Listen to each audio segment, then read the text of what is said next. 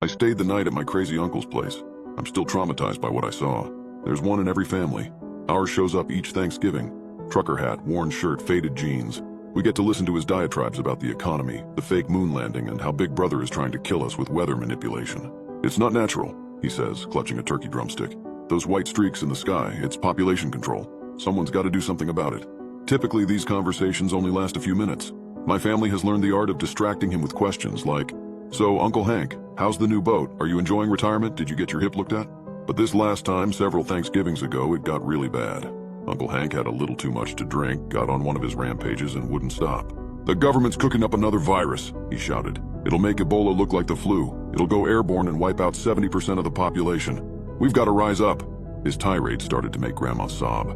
She had just lost Grandpa and was still processing her grief. Dad shifted in his seat, pissed, then leapt up. "Enough," he said, and escorted Uncle Hank out of the room. "Listen, I'm sorry," Hank apologized. But Dad led him outside and slammed the door. I didn't see much of him after that. But then, a few years later, my girlfriend Vanessa and I had to drive south to tour her new university. She had just been accepted to a master's program and wanted to check out the campus. I was so proud. We were navigating an isolated road when our GPS stopped working. Before long, our car ended up in the middle of a forested back road surrounded by darkness. "See anything?" Vanessa asked, checking for road signs. "No," I said, craning my eyes. The sunlight was vanishing. Then, the car shuddered violently. "Shit!" I pulled over and parked. Smoke billowed out from the hood as Vanessa and I got out. It was so cold the air clung to our skin. We pulled our jackets close. I didn't have a flashlight, so Vanessa held her phone over me as I peered under the hood. I couldn't see what was wrong. I called the tow truck company. They told me they couldn't be there until the next day. Damn. I turned to Vanessa, cold air biting my skin. "Looks like we're stuck here for the night." She buried her hands in her pockets, shivering. "Do you know anyone here?" I frowned as I thought, yeah, I know someone. I made the call. It was about an hour later when Uncle Hank's truck appeared down the road.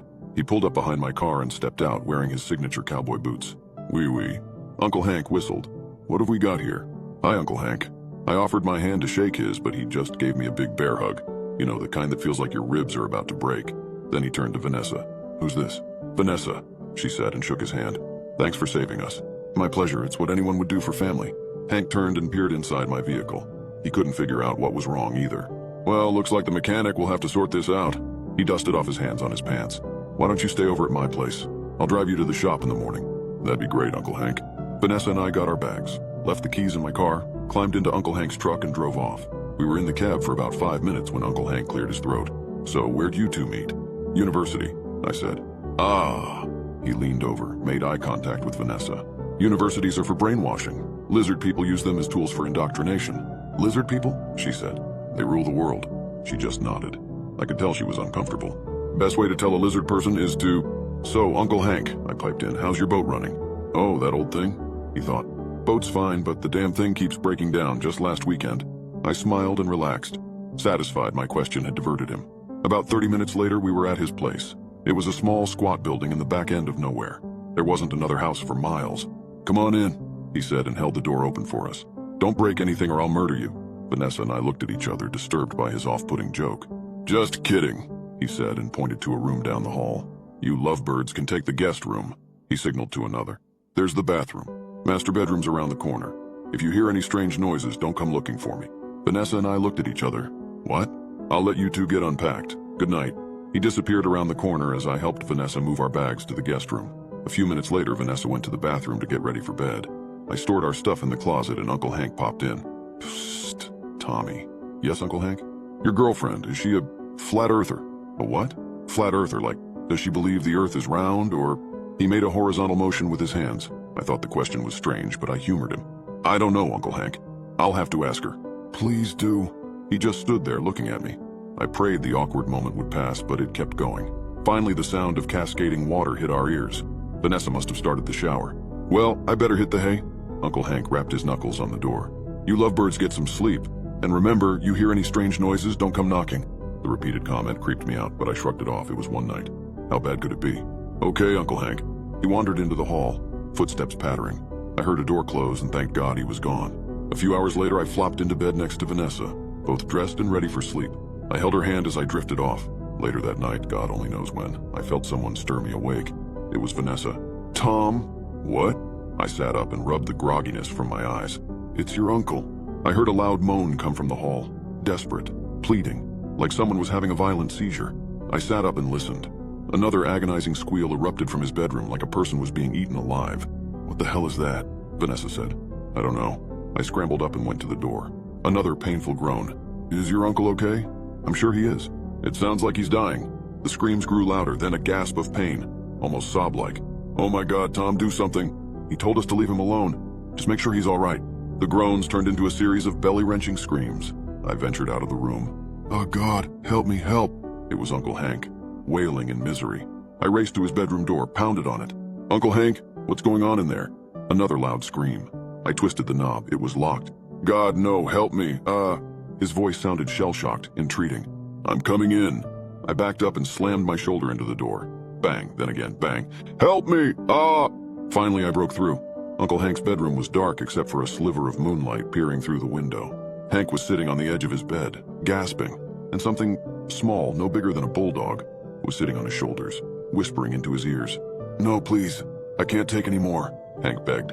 The shape's voice sounded eerie and soft, almost seductive, but I couldn't tell what it was saying. "Please, no more." I crept back, trying to rationalize the situation. "Your lies hurt so much." Then my voice slipped out of my throat. It must have been a gut reaction to all the insanity. As soon as the words came, I wanted to pull them back in. "Uncle Hank, are you all right?" Uncle Hank turned. His voice was cold, menacing. "I told you not to come in." I'm sorry." He leapt off his bed, dashing toward me. I tried getting away, but he grabbed my arm, slapped a sweaty palm over my lips, pinned me against the wall. I squirmed, trying to break free, but his grip was strong. Uncle Hank leaned in close, his breath hot against my face. "You should have listened to me, Tommy." I nodded, begging to be let go. The weird shape was still atop his shoulders, whispering.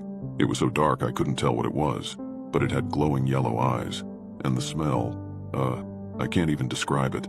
"You must not tell anyone what you've seen," Uncle Hank said. I was so scared. What was even happening?